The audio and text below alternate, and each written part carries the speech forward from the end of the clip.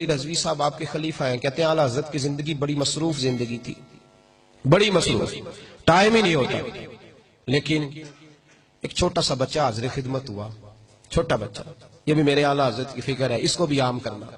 چھوٹا سا بچہ آیا، 10-12 سال عمر ہے، کہنے لگا حضور سارے لوگ آپ کی دعوت پکاتے ہیں، میں نے بھی پکانی ہے۔ تو فرمایا اچھا دعوت پکاؤ گے؟ تو بچہ تھا معصوم، کہنے لگا جی میں اپنی امی سے پوچھ کے آیا ہوں۔ تو اعلیٰ حضرت فرمانے لگے اماں سے پوچھا، ابا سے کیوں نہیں پوچھا؟ کہنے لگے میرے ابا انتقال کر گئے۔ فرماتے ہیں بس یہاں بات ختم ہو گئی۔ اعلیٰ حضرت نے فرمایا کھلاؤ گے کیا؟ سید صاحب کہتے ہیں اعلیٰ حضرت کو ڈاکٹر نے چنے حکیم نے بند کیے ہوئے تھے، باجرے کی روٹی مکئی کی روٹی سے منع کیا، صرف سوجی کے بسکٹ اثر کے بعد تھوڑے سے چائے کے ساتھ لیتے تھے۔ کیا کھلاؤ گے؟ تو اس نے جھولی کھولی تو کہنے لگا میں باجرہ بھی لایا ہوں، میری اماں پیس کے روٹیاں پکا دے گی، اور میں چنے بھی لایا ہوں، میری اماں پکا کے آپ کو کھلائے گی۔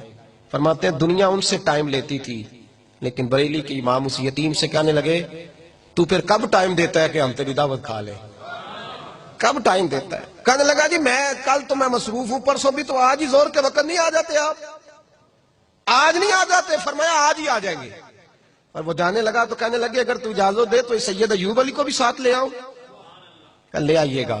زور کی نماز پڑھی تو سید صاحب فرماتے ہیں بریلی کے باہر نا ایک ڈھال تھی، بہاری پور ڈھال، ہم وہ جو نالا ہوتا ہے نا پانی کا، اس کے اوپر پلی بنا لیتے ہیں تو وہ ڈھال بولتے ہیں۔ بریلی میں ایک بہاری پور ڈھال ہے، وہاں کراس ہوتا ہے، تو اس کراس پہ اس بچے کا، یتیم بچے کا گھر تھا، ایک ہی کمرہ تھا، ڈرائنگ روم بھی کوئی نہیں تھا۔ زور کی نماز پڑھ کے جب بریلی کے امام پہنچے، ہزاروں لوگ مرید ہیں، لاکھوں عقیدت مند ہیں، درجنوں رئیس دروازے پہ بیٹھے ہوتے ہیں ملاقات کے لیے۔ رامپور کا نواب ملنے آیا تو اعلیٰ حضرت رحمت اللہ علیہ دروازے پہ کھڑے ہو گئے، فرمانے لگے فقیر کو نوابوں سے ملنے کے طریقے نہیں آتے، آپ جائیے پھر کبھی آئیے گا جب میں طریقہ سیکھ جاؤں۔ اس نے کہا بٹھاؤ تو صحیح، فرمانے لگے کچھ جگہ ہی نہیں جہاں نوابوں کو بٹھا سکوں، آپ جائیے کام کرنا ہے دین کا۔ قریب نہیں پھٹکنے دیتے تھے، لیکن اس غریب کے گھر پہنچے، اس کے گھر میں بٹھانے کو ڈرائنگ روم بھی کوئی نہیں۔ وہ اندر سے ایک ٹاٹ لایا، بوریا اندر سے ٹاٹ لایا، اور اپنے دروازے کے باہر اس نے گلی کے چوک میں بچھا دیا۔ بریلی کے امام نے جبہ سمیٹا اور وہیں بیٹھ گئے۔ سید ایوب علی صاحب بھی بیٹھ گئے، جو آدمی بھی آتا حضور یہاں بیٹھے، فرمایا جاؤ تمہاری دعوت نہیں ہم دونوں کی دعوت ہے، ہم یہاں بیٹھیں گے، کیوں نہ بیٹھے؟